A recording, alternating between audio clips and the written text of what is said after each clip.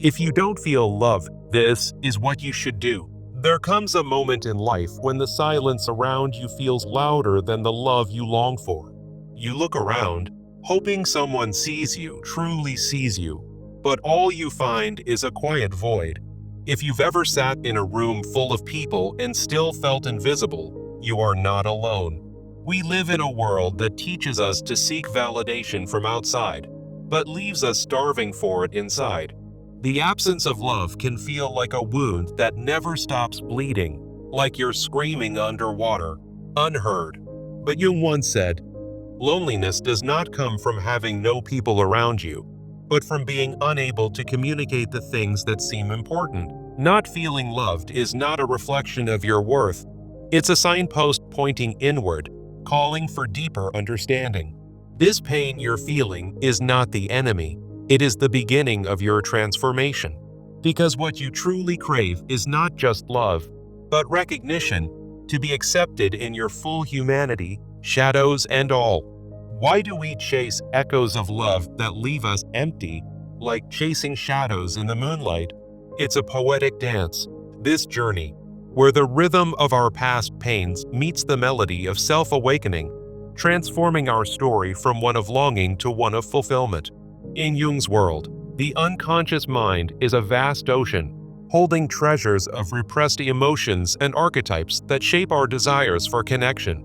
Picture your soul as a river flowing through time, carrying the weight of unhealed wounds that make us seek love in barren places. This is not just a script. It's an invitation to wander through the labyrinth of your inner self, where every twist reveals a piece of your true essence. Jung believed that our unloving patterns are projections of our shadow, the parts of us we've hidden away, fearing they might shatter our fragile sense of worth. As we step into this 5-step journey, let us embrace the poetry of individuation, the process of becoming whole, so that love can flow naturally, like a stream reunited with the sea. Why do we repeat the same heartaches, drawing partners who mirror our deepest insecurities? Jung's lens shows us it's not fate, but the unconscious pulling strings, urging us to face what we've buried. In this exploration, we'll uncover how the archetype of the self, that core of wholeness, waits patiently for us to claim it. Let me share a story. Once, there was a seeker trapped in cycles of fleeting affection, much like a bird circling a cage, unaware of the open sky. Through Jung's insights, that seeker learned to dive into the unconscious, retrieving the gems of self-understanding. Now, picture your own life. Those relationships that promised much but delivered little, echoes of childhood neglect etched into your psyche. Jung's psychoanalysis offers a map. By integrating our conscious and unconscious minds, we break free from these chains. The self-archetype emerges as our guiding star, representing the soul's true essence, far beyond the superficial bonds we've settled for. In this journey, we'll walk 5 steps together. First, recognizing the wound. Second, acknowledging your soul's value. Third, differentiating true connections. Fourth, cultivating self-love. And fifth, challenging limiting beliefs. This path promises not just relief, but a profound transformation, turning your love life into a tapestry of authentic, soulful threads. Through Jung's eyes, we'll learn to heal the inner wounds that keep us stuck in mediocre love, emerging stronger, more vibrant. Imagine the freedom of choosing connections that nourish your spirit, rather than draining it. Here's our promise. By the end, you'll have tools to shatter the illusions and embrace real, enduring bonds. So, let's begin this poetic voyage, where each step uncovers layers of your being, like petals unfolding in the dawn. First, we must uncover the root of the wound that's been whispering lies of unworthiness into your heart. Deep within, that wound festers from childhood shadows, perhaps a time when affection was scarce, like rain in a desert. Jung described the personal unconscious as a storehouse of these early pains, where rejection becomes a blueprint for future loves. You might see it in patterns. Always choosing partners who are emotionally distant, mirroring the neglect you once endured. This is projection at work, Jung's concept where we cast our unmet needs onto others, idealizing them as saviors while ignoring their inability to fulfill us. The consequences are heart-wrenching, a cycle of disappointment, where you give endlessly but receive nothing, exhausting your spirit. Yet, in recognizing this wound, we find the first spark of healing, a gentle light piercing the darkness. Now turn inward, journal your past loves, and ask yourself, where did I lose pieces of my soul? This awareness is the bridge to empowerment, letting you reclaim the power that's always been yours. Moving forward, let's celebrate the signs that your soul is special, a radiant force waiting to shine. Jung spoke of the self-archetype as a beacon of intuition, that inner voice guiding you through life's storms with quiet wisdom. Do you feel it? That deep empathy drawing you to others' pains, a connection to the collective unconscious where all souls intertwine? Your soul's creativity bubbles like a hidden spring, offering expressions that the world needs. Even if unloving environments have dimmed it, there's an inexplicable magnetism about you, an aura that attracts those who see your depth, not just your surface. These signs remind us that you deserve mature love, one that supports your growth, like a garden tended with care. Think of your soul as a rare gem, polished through reflection, drawing in connections that uplift rather than deplete. By acknowledging this, you're one step closer to discerning true soul connections from mere attractions. Pause for a moment. Rate yourself on these signs. Do you sense your intuition guiding you, your empathy flowing freely? This self-assessment builds a foundation of confidence, readying you for the next revelation. In differentiating a soul connection from simple attraction, we enter a realm of clarity, where Jung's wisdom illuminates the path. A true soul connection challenges you, supporting your individuation by confronting your shadow and celebrating your light. It's not just passion, it's emotional stability, a grounded bond that integrates opposites, balancing your strengths and vulnerabilities. This person acts as a mirror, reflecting your true self without judgment, fostering mutual growth that feels destined. Contrast that with superficial attraction, intense yet fleeting, often born from projecting unmet needs, like chasing a mirage in the desert. Jung warned of the anima or animus projections, where we idealize someone as our perfect match, only to face disillusionment. To navigate this, try a 3-level emotional journal. After meeting someone, note what you think, how you feel, and what your soul intuitively senses. Ask yourself, does this person help me grow, or merely fill a temporary void in my heart? Through this practice, you'll learn to choose connections that align with your deepest essence, avoiding the traps of illusion. It's a poetic shift from chasing sparks to nurturing flames that warm your entire being. Now, with this discernment, we turn to cultivating complete self-love, the cornerstone of avoiding mediocre loves. Jung emphasized shadow work as the key to self-love, embracing your fears and flaws, setting boundaries that honor your wholeness. When you love yourself completely, you raise your standards, filtering out those who don't resonate with your soul's frequency. No longer do you project unmet needs outward. Instead, you become a wellspring of your own affection. Imagine the freedom, repelling draining relationships as you stand firm in your worth, like a tree rooted deeply in fertile soil. Practice mirror work daily. Look into your eyes and affirm, I am whole, designed by my soul's intricate blueprint. Set boundaries with intention, recognizing that true love doesn't demand sacrifice, but mutual respect. As you embody this self-love, you'll naturally attract partners who mirror your integrated self. Yet, even here, old beliefs may linger, whispering that to be loved, you must sacrifice yourself, a myth we must now shatter. Jung traced this belief to cultural complexes, like the self-sacrificing archetypes ingrained from upbringing, leading to codependency and loss of identity. The consequences are profound. Spiritual depletion, where you give until you're empty, blocking your path to individuation. Instead, envision a new framework of love, a balanced exchange, where giving and receiving flow equally, honoring the self-archetype. Start with a simple practice.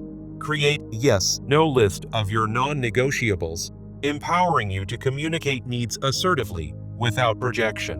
Why do we keep repeating the same kind of love that harms us? Is it fate? Or something deeper in our psyche? Let me share a quick story.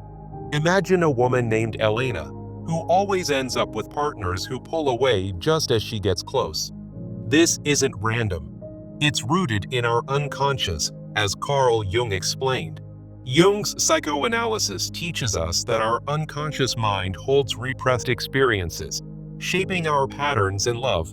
At the core is the archetype of the self, representing our true essence and wholeness. Through individuation, we integrate our conscious and unconscious selves for personal growth. In relationships, we often project our shadow, the parts we deny, onto others, leading to toxic dynamics.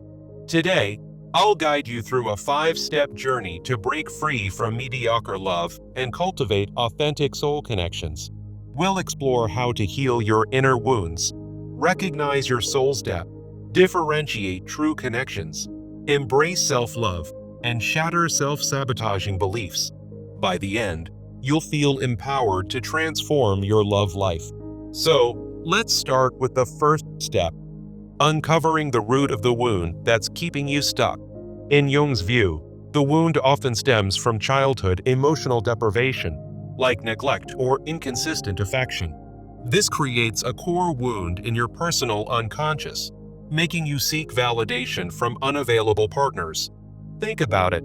As a child, if love felt conditional, you might internalize rejection as your fault. As an adult, this manifests in relationships where your partner seems unable to give you what you need. Jung called this projection, where we unconsciously project unmet needs, like the anima or animus archetypes, onto others. You idealize them as saviors, ignoring their flaws, because they represent your own unresolved issues. The result is a painful cycle of disappointment and exhaustion, blocking your path to individuation. Picture it like a loop. You attract, you cling, you get hurt, and it repeats. To break this, start with self-awareness. Journal your past relationships and spot where you saw yourself in them. Ask yourself, what patterns keep emerging, and how do they tie back to your early experiences? Once you understand this wound, you can move to recognizing the true nature of your soul and reclaim your power. Now, for the second step, let's talk about the signs that your soul is special.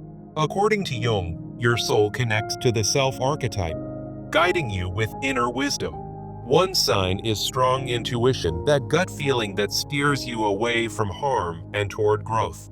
Another is deep empathy, drawing from the collective unconscious where shared human experiences reside. You might notice natural creativity bubbling up, even in tough times, as an expression of your psyche's depth. There's also an inexplicable magnetism about you, attracting people who see your true value.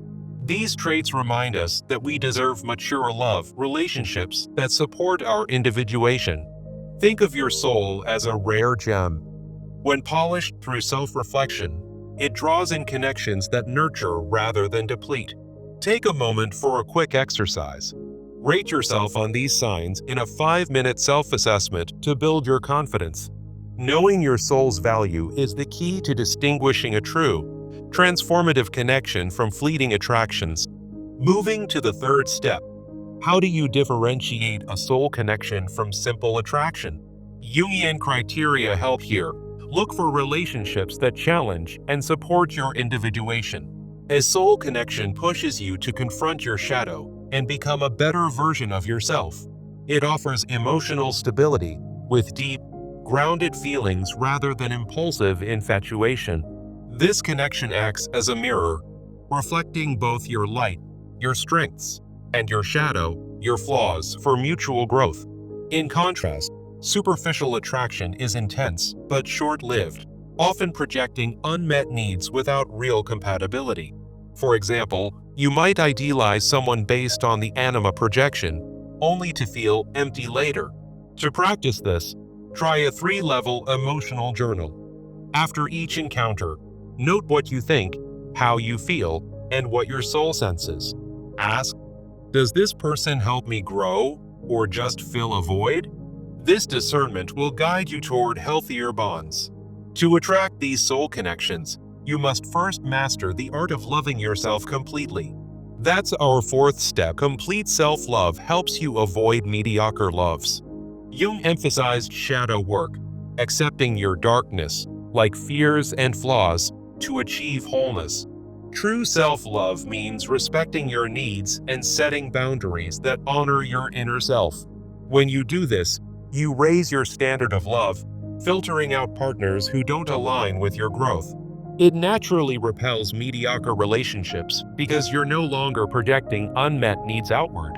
Start with a simple practice: daily mirror work, affirming, I am whole as per my soul's design. Combine it with boundary-setting exercises to confront your shadow and build self-acceptance. Remember, self-love isn't selfish. It's the foundation for attracting worthy connections. Even with this in place, old beliefs from your past may linger, so let's tackle the 5th step. We need to break the belief that, to be loved, you must sacrifice yourself. This idea often comes from cultural complexes, like the self-sacrificing mother archetype, rooted in upbringing or societal norms. It leads to codependency, where you stay in draining relationships out of fear, causing spiritual depletion and loss of identity. Jung taught that true love is a balanced exchange, with mutual giving and receiving that honors the self-archetype. Instead of sacrifice, aim for boundaries that protect your growth and allow for genuine reciprocity. Try creating a yes/no list of non-negotiables, like, I won't tolerate emotional neglect. Practice assertive communication with I statements in role-play scenarios to express your needs without projection. By challenging this belief, you're paving the way for healed, mutual love. As we wrap up, remember Jung's wisdom. Healing is not about loving less, but about loving right. The right person, the right way, with the right soul. True love emerges from individuation, not sacrifice, allowing you to connect deeply and authentically. Now, it's your turn. What one change will you make today to honor your soul? For a 30-day plan, start with daily journaling on the 5 steps. Day 1 to 6 for exploring wounds. Day 7 to 12 for recognizing your soul, and so on. Incorporate weekly boundary practices, like updating your yes/no list and using assertive communication in real life. Join a discussion group to share your progress, fostering collective healing through the shared unconscious. Your journey to authentic love starts now. Remember, as Jung taught, the soul's path is yours to claim. In the depths of your psyche lies the key to unlocking true love, as Carl Jung so wisely taught. Imagine a world where every relationship nourishes your soul, rather than draining it. But first, we must confront the shadows that keep us trapped in cycles of unfulfillment. Why do we chase love that feels empty, like chasing a mirage in the desert? Jung believed it's because our unconscious wounds project unmet needs onto others. Let's dive into this journey, step by step, to reclaim your power. Step 1. Recognize the wound that's been silently steering your heart. Think back to your earliest memories, those moments of emotional neglect or inconsistent affection. These experiences etch themselves into your unconscious, creating a core wound that yearns for validation. As Jung described, this wound manifests in adulthood as a pull towards partners who mirror your inner voids. You might find yourself drawn to someone distant, someone who echoes the rejection you once felt. This is projection at work, the unconscious mind casting your shadow onto another person. Your shadow, as Jung called it, holds the parts of yourself you've hidden away, like fears of unworthiness. In relationships, this leads to a painful loop. Idealizing someone who can't truly meet your needs, Picture it as a dance where you're always leading with your vulnerabilities, only to be left spinning alone. The consequences are exhausting: repeated heartbreak, self-doubt, and a sense that love is forever out of reach. To break free, start with a simple reflection. Journal about your past loves and spot the patterns. Ask yourself, what part of me am I seeking in them? This awareness is the first crack in the armor of your unconscious defenses. Once you see the wound, you're ready for step 2. Acknowledge the true value of your soul. Your soul isn't ordinary. It's a tapestry of unique traits, as Jung's archetypes reveal. Do you feel a strong intuition guiding your decisions, like an inner compass? That's the self-archetype at play, connecting you to your deepest wisdom. Or perhaps you have an overwhelming empathy for others, sensing their hidden pains. This empathy links to the collective unconscious, where shared human experiences bind us all. Your natural creativity might bubble up in quiet moments, expressing the richness of your psyche. And that inexplicable magnetism you carry draws people who see your depth, not just your surface.